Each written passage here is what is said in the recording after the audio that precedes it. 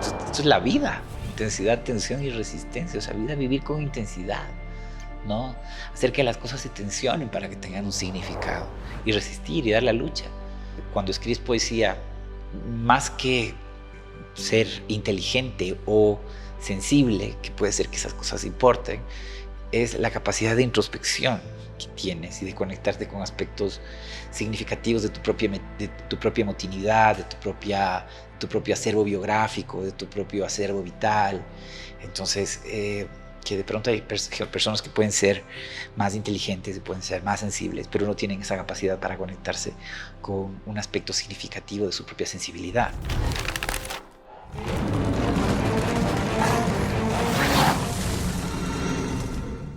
El programa que desde la mitad del mundo pone al planeta a leer. Book 593. El Premio Nacional de Literatura Aurelio Espinosa Polit le fue otorgado al poemario Fantasías Animadas de Ayer y Alrededores, del autor ambateño Juan José Rodinás. El texto es un viaje en el tren del tiempo a la infancia del autor, mediante imágenes disfrazadas de palabras potentes que me llevaron a evocar mi propia niñez y seguramente tendrán ese efecto en muchos lectores. Pero nadie mejor para hablarnos de su obra que el autor, con quien charlé hace unos días y te invito a escucharlo a continuación. Puedes ver la charla completa o navegar por los temas que están marcados como capítulos a lo largo del video y cuyo índice te dejamos en la descripción. Lo que no se vale es ser egoísta y no compartir este video si te resultó positivo o escribirnos en los comentarios tus sugerencias para mejorar, así como tus peticiones de que charlemos con cierto autor o de cierto libro o tema. En este episodio de Book 593, Juan José Rodinás nos habla de aspectos clave de la estructura narrativa de su poemario y también de momentos de su vida privada que ayudaron a componer esta obra. Un poema en particular de Fantasías Animadas de Ayer y Alrededores me ha enganchado de forma poderosa y por eso le pedí al autor que a modo de clase magistral express de escritura creativa nos fuese narrando los procesos físico y mental que lo llevaron a componer ese poema en puntual. Antes de dejarnos con las palabras y pensamientos de Juan José, permíteme agradecer y de paso presentarte a las marcas aliadas de la literatura que valoran y fomentan el hábito de la lectura y que con su aporte económico nos permiten llegar con este programa a todo el Ecuador y el mundo. Gema. Por más de 30 años, los consultores de Gema han impulsado firmas latinoamericanas a los primeros lugares de sus mercados a través de coaching y consultorías de alto nivel. Su equipo central se encuentra en Ecuador y atiende a nivel nacional. Grupo Asesconleg, expertos en servicios tributarios, financieros y legales. Más de 50 empresas y emprendedores nacionales ya confían la salud legal y financiera de sus operaciones en el equipo del Grupo Asesconleg, incluyendo nuestro canal Cifu TV. Y también quiero agradecer al Centro de Publicaciones PUSE, una línea editorial comprometida con presentarle al mercado nacional e internacional obras de primer nivel en una variedad de áreas temáticas, como las ciencias, filosofía, poesía, cuentos, el diccionario de ecuatorianismos y un gran número más de campos y títulos que puedes revisar en su catálogo digital. Ahora sí, me callo y te invito a tomar un tren que nos transportará al ayer y alrededores. Con ustedes, el poeta Juan José Rodinás. Este es un homenaje a mi infancia, ¿no? Que tenía que ver con esas comiquitas, ¿no? Y leí un poema de un norteamericano, que está el epígrafe aquí, ¿no? Que hace ese juego con la Nick Flynn, ¿no? Con las reglas de la animación, ¿no? Dice que si un hombre dibuja una puerta sobre una roca, solo él puede pasar a través de ella. Cualquier otro que lo intente se chocará contra la roca, ¿no? Entonces, cuando uno es niño, uno no sabe, no entiendes de la gravedad, no entiendes de la muerte, ¿no? Entonces, esa fascinación, esa sensación de plenitud, de totalidad, de esplendor, que es la vida como una revelación a cada instante, es algo que está ahí, que es la niñez, ¿no? Después todo es burocracia, ¿no? Después todo es burocracia, pero en la medida en que uno puede revisitar eso, ¿no? Y que permitir que tu niño antiguo hable, ¿no? Y tú ser un medium de ese niño, pues el mundo se ilumina por un instante, ¿no? Pero cuando uno es niño, el tiempo es infinito y todo es revelación, ¿no? Y en la animación está ese juego, ¿no? Tú ves que el coyote está corriendo sobre el aire y él solo se da cuenta que cuando mira abajo, ¿no? Entonces hay una serie de cosas que tienen que ver con la autoconciencia, con cómo percibes los fenómenos. O sea, una serie de juegos muy interesantes que digamos, tienen que ver con esta plenitud, ¿no? Este carácter plenipotenciario del niño, ¿no? Por ejemplo, hay un cierto hilo narrativo que se mueve en estos poemas. Un cierto hilo narrativo se va contando una historia si bien difusa, si bien más o menos fragmentaria, si bien un poco fantasmagórica hasta cierto punto. O sea, con la época que estudié mi doctorado allá en Inglaterra, me movía en trenes para conocer las ciudades, ¿no? Que es más barato, más cómodo que irse en bus, en fin. En esa dinámica descubrí que no iba a ser sobre los trenes de Inglaterra, que iban a ser trenes imaginarios. Entonces comenzó toda esta fabulación alrededor de la memoria, de la infancia, ¿no? Y también me di cuenta que ya no era joven. Entonces todo empezó a ser como este juego retrospectivo de cómo yo veía el pasado, cómo yo veía mi pasado, cómo yo veía lo que había ocurrido en mi vida, cómo veía yo mi niñez. Claro, finalmente el tren se convierte en una alegoría de la vida, ¿no?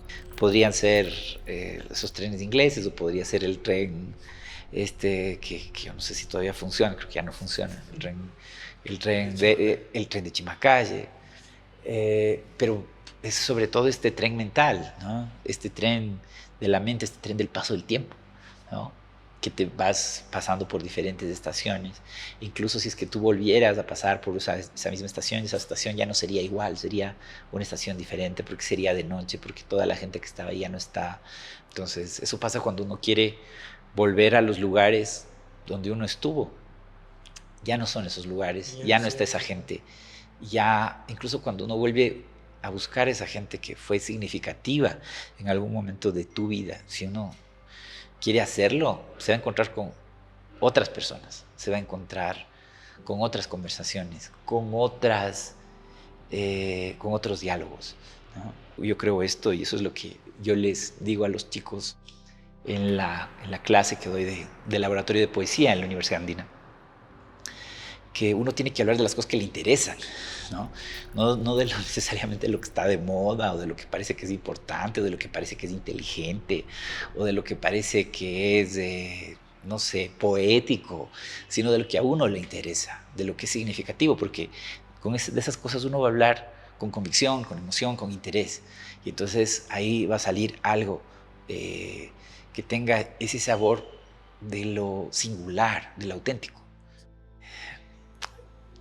Fíjate, el invierno, digamos que nosotros aquí en el Ecuador no podemos constatar esos extremos de la temperatura y de las estaciones que sí se pueden constatar entre más te acercas al polo, ¿no? Entre más te acercas a los polos. Entonces, en Inglaterra me pasó particularmente algo que es un recuerdo muy vivido, que estaba nevando, pero terriblemente. Nevaba y una lluvia, o sea, nevaba y llovía al mismo tiempo, era una tormenta, ¿no? Y yo tenía que llegar a las 7 de la mañana a una visita médica allá, ¿no? Entonces me levanté a las 6:30 de la mañana, así con ese frío, y el viento que se llevaba cosas, o sea, ahorita que lo recuerdo, fíjate, yo me estoy inventando cosas ahorita porque no, ahora que le digo, no pasó exactamente así. O sea, no, sí se llevó una cosa, pero no sé, es que se llevó tantas cosas, ¿no? Sí, yo vi volar algo, pero no, es que ya suena como que se volaron las casas y no era tan así. Entonces, ese recuerdo es como muy intenso de ese frío, ¿no? de esto que te encoge los huesos, ¿no? Y esa sensación, al mismo tiempo que es dolorosa, es liberadora, ¿no? Porque sabes que en un momento se puede apagar tu corazón y ya no vas a ver ni sentir nada, ¿no? Entonces, y claro, por el otro lado está la tranquilidad de tirarme aquí, digamos, en el parque de la Universidad Católica y mirar el cielo, ¿no? Y probablemente esperar lo mismo. Esa es la manera en que yo conecto ese recuerdo con esa imagen.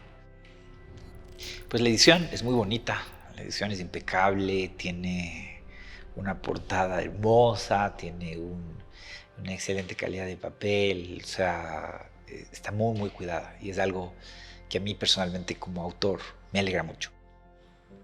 Luego está el hecho de haber ganado un premio que es importante en términos de la historia literaria y cultural del Ecuador, ¿no? Entonces, no sé, o sea, yo lo había leído a Julio Pazos, lo había leído a Iván Carvajal, ¿no? Siendo yo todavía un muchachito. Entonces poder estar, digamos, en ese espacio, ¿no? de los ganadores del premio para mí es significativo, ¿no? Yo había participado 2 veces en este premio, había enviado 2 veces y dije, bueno, ya si es que esta no sale, la tercera es la vencida, ¿no? Si esta no sale, ya no lo envío más. Y salió. Iván Carvajal lo conocí hace unos 20 años, más o menos, un poco más de 20 años quizás. Y él fue una de las primeras personas que se interesó en las cosas que yo escribía, ¿no? Y sobre todo porque es una persona, ¿cuál es la palabra? Es muy dura en sus críticas. Entonces yo me sentía en aquel momento privilegiado de que le interesara un poco mis poemas. No sé si se equivocó o no. ¿A ti te ha pasado también de que te dicen, oye, yo leí un verso tuyo que habla de mí? O sea, Sí, sí me ha pasado. Me pasó con un poema que está en Cuaderno de Yorkshire, que ese poema, fíjate, es curioso, porque ese poema, yo no pensé que era de los más significativos del libro. Y varias personas me han dicho que ese es, o sea, que ese es el poema del libro. Claro, es que de pronto no lo sabes exactamente qué es lo que estás escribiendo. Entonces, hay un poema de ese libro que a muchas personas les ha gustado mucho, ¿no? Y según yo, o sea, cuando yo lo escribía, no era el poema más... ¿Tú tienes un poema que para ti es el poema? O sea... que a mí me guste. Sí. Hay uno que lees mucho en las entrevistas, por ejemplo, he visto, cuando te piden leer algo de este... Sí, de Cuaderno de Yorkshire, sí, pero no es de ese, es otro. Y hay otro, sí, es uno que a mí me gusta, ¿no? Hay también uno de un librito que se llama Barrido de Campo. Hay un poema puntual que yo leo, ¿no? Y ese poema sí que le gusta a la gente, ¿no? Que lo ha leído, ¿no? Es el penúltimo de ese libro. Este es el poema que a mí me llegó. Y es este de Sueño con fotogramas de una película que jamás filmaré. Me encantó el programa, lo todo en sí. Yo estudié dirección de cine y de entrada ahora ya estoy totalmente alejado de hacer una película, nunca se sabe, ¿no? Pero también sueño con fotogramas de una película que no filmaré. En ese sentido textual y en otros. Me llegó sobre todo este verso que el primero, ¿no? Cuando dices, soy un niño raro, pero mi abuelo era marinero. O sea, soy un niño raro, pero mi abuelo era marinero. Fíjate, eso es completamente cierto. Y yo soy bueno retorciendo historias. Y mi abuelo también era marinero y también soy bueno retorciendo historias. Entonces, me llega muchísimo. O sea, me parece así como digo, ¿por qué no lo escribí yo a rayos? Claro, o sea, mi abuelo fue marino mercante. Entonces, él contaba que... O sea, bueno, él hizo muchas cosas, en realidad, muchos oficios a lo largo de su vida, pero en su juventud fue marino mercante. Y él contaba cómo pasó por el Golfo, no el Golfo, por el Estrecho de Magallanes, así, o sea, entre Chile y Argentina. O sea, para mí, escuchar eso cuando yo tenía, no sé, cuando era niño, o sea, decía, ¿cómo será? O sea, era revelador, ¿me entiendes? Y, o sea, contaba cómo engrasaba las máquinas y cosas así. Entonces, imagínate estar en ese horno ahí. O sea, era para mí una imagen potente porque son solo cosas que de pronto ves en las películas. Y sí, yo era un niño raro, un niño bastante raro.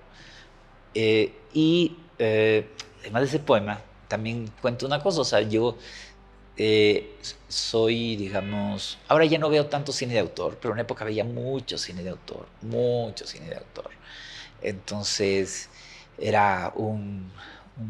buscaba películas todo el tiempo, ¿no? Digamos, tenía una fascinación particular por el cine, por las artes visuales en general, ¿no? Entonces, yo siempre cuando imagino algo, lo imagino en imágenes, ¿no? Entonces, los poemas se me dan así, como en imágenes. Y creo que si es que hubiese tenido talento para dibujar, hubiese sido pintor o algo por el estilo, ¿no?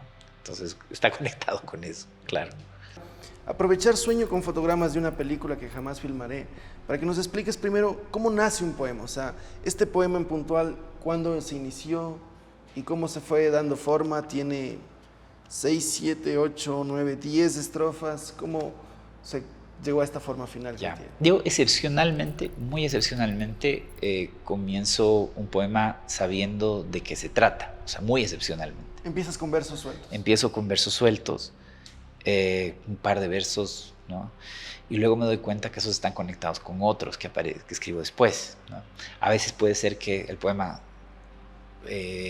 surja de un tirón, pero no es que necesariamente que yo quiera, voy a escribir sobre trenes, no, voy a escribir sobre los árboles, no, o sea, es muy inusual que yo encare el poema de esa forma, ¿no?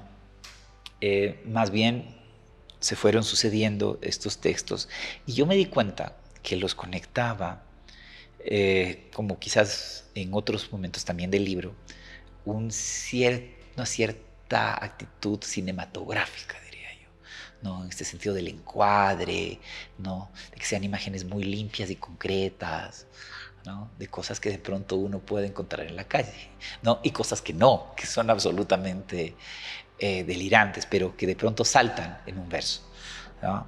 Entonces, tiene un título que dice Sueño con fotogramas de una película que jamás filmaré, que al mismo tiempo es la posibilidad de la imposibilidad, ¿no? El sueño como ese espacio donde uno puede desplegar todas las alas, ¿no? Pero al mismo tiempo la realidad imponiéndote eso que no va a ocurrir, ¿no? Jamás filmaré, ¿no? Entonces ese choque, ¿no? Entre el sueño y la realidad. Y luego tiene un subtítulo, dice, ¿por qué el estilo es un problema de las estrellas que mueren en el cielo? ¿No? Entonces, acudo a un símbolo emblemático, digamos, de la poesía lírica, que son las estrellas, ¿no? Y cómo uno puede registrarlas o escribirlas sabiendo, ¿no? Con la certeza de que esa luz de esas estrellas ya no está, o sea, esas estrellas están muertas. Esa luz que nos llega es la luz de una estrella muerta, ¿no? Entonces, eso está como un subtítulo entre signos de interrogación, ¿no? Que es una cosa que acompaña casi todos los textos del libro, ¿no? Es un gesto, digamos, un gesto autoral ahí. Y luego ya va, digamos, al poema, ¿no? Que está dividido en fragmentos, ¿no? Que yo digo que son como escenas, ¿no? Entonces, soy una fábrica en el distrito industrial. Ya, es una fábrica, yo me identifico con una fábrica, un distrito industrial llamado Sueño, ¿no? Entonces, un distrito industrial llamado Sueño. Entonces, ahí rompo, ¿no? con la imagen realista que está apareciendo ahí, ¿no? Entonces, otra vez el sueño, ¿no? Entonces, el distrito industrial es el sueño, ¿no? Y luego aparece Quito y Leeds, que es la ciudad de Inglaterra donde yo viví. Ciudad Verano, que es una ciudad inventada, imaginaria, que no existe, ¿no? Esa ciudad en la que una vez quiere pasar todo el año. Exacto. Entonces, nuevamente rompo con el gesto realista, ¿no? Entonces, ahí entramos del territorio de lo que podríamos llamarlo metafórico o lo ficcional, según cómo sea el enfoque, digamos, filosófico, cómo encuadres eso filosóficamente, ¿no? El humo color cian es mi lenguaje rueda, ¿no? El humo color cian yo ahí veo como este color que no es el azul, sino este cian que es como más puro, ¿no? Que el color del cielo cuando está muy... En el verano turquesa. Entonces, es la plenitud para no sé, como el cine de Romer, ¿no? El cine de Romer, ¿no? Y ahí empiezan estas metáforas que tienen que ver con los rollos de película. Mi lengua rueda, mi lengua sueño, su rollo de película, ¿no? Mi lenguaje rueda, mi lengua sueño, su rollo de película, ¿no? Que tiene que ver con esta metáfora del carrete, de filmar como un símbolo de la invención y de la imaginación, ¿no? Entonces ahí tiene un juego, digamos, que tiene que ver con el cine, ¿no? Y las palabras te vienen sin una métrica, o sea, te vienen solo como imágenes. O también vas siendo consciente de la palabra que eliges, de qué rueda, rima. Es que funciona de las dos maneras, creo yo. Entonces a veces es un fenómeno más intuitivo y a veces es más consciente y deliberado, ¿no? Entonces hay personas que el poema les llega con un sonido. A mí me suele llegar con imágenes, ¿no? Entonces digamos que el plano semántico del lenguaje es más protagónico en mí que otros planos, ¿no? Eso varía de autor a autor, ¿no? Hay otros donde el sonido es el elemento gravitacional, ¿no? No digo que aquí no hay sonoridad, está, pero o sea, me interesa más las imágenes, ¿no? Y luego viene acá, en este fragmento, solo para analizar este fragmentito. En mi mountain bike, que yo tenía de niño una mountain bike azul, ¿no? Yo era muy malo para los deportes en general, pero era muy bueno para la bicicleta. Entonces está esa mountain bike. Soy un niño raro, que sí, pues que sí era un niño raro, soy un niño raro, insisto en eso. Pero mi abuelo era marinero, entonces claro, yo era un freak, pero mi abuelo sí era digamos, un tipo de aventuras, al menos en ese momento yo lo veía como un tipo de aventuras espectaculares, ¿no? O sea, soy un niño raro, pero mi abuelo era marinero, como una síntesis, como una ecuación, ¿no? Y soy bueno retorciendo historias. Entonces ahí lo jalo todo eso para mi lado, ¿no? Entonces por eso te decía que hay un componente narrativo, que es como difuso, ¿no? Un poco asimétrico, pero está ahí, ¿no? Creo que para concluir aquí en este poema, en la tercera estrofa, nos das una como idea de qué aplicar al lenguaje, ¿no? Dices, luego de la infancia, la ley eléctrica incluye 3 funciones: intensidad, tensión y resistencia. Luego del lenguaje, esos elementos se deben aplicar al poema y a ciertas situaciones inexplicables. ¿Cómo encuentras eso de aplicar intensidad, tensión y resistencia en tus poemas, en esta obra? En este concreto, por ejemplo. Bueno, esa es la ley de Ohm, ¿no? Intensidad, tensión y resistencia, es la ley de Ohm. Entonces eso yo cuando, o sea, yo estudié en un colegio técnico, mis primeros años de colegio, hasta casi quinto curso. Y la ley de Ohm es una de las primeras cosas que aprendías. Entonces es algo como que todo el tiempo, en las clases de electricidad, en las clases de electrónica, en los talleres de electricidad, todo el tiempo. Entonces es un recuerdo de esa época, por un lado. Pero en la vida también hay que... Esto es la vida, intensidad, tensión y resistencia. O sea, vivir con intensidad, ¿no? Hacer que las cosas se tensionen para que tengan un significado y resistir y dar la lucha, ¿no? Y escribir los poemas de la misma manera. Claro, y escribir los poemas de ciertas situaciones inexplicables, ¿no? Cuando la realidad te rebasa, cuando la realidad parece inconmensurable, aplicar eso, ¿no? Entonces me pareció que, o sea, son estos hallazgos, que arrastré ese recuerdo de mis 12, 13 años acá al presente. Muchísimas gracias, Juan José, ha sido un gusto charlar contigo. Gracias a ti, muchas gracias. El programa que desde la mitad del mundo pone al planeta a leer. Book 593.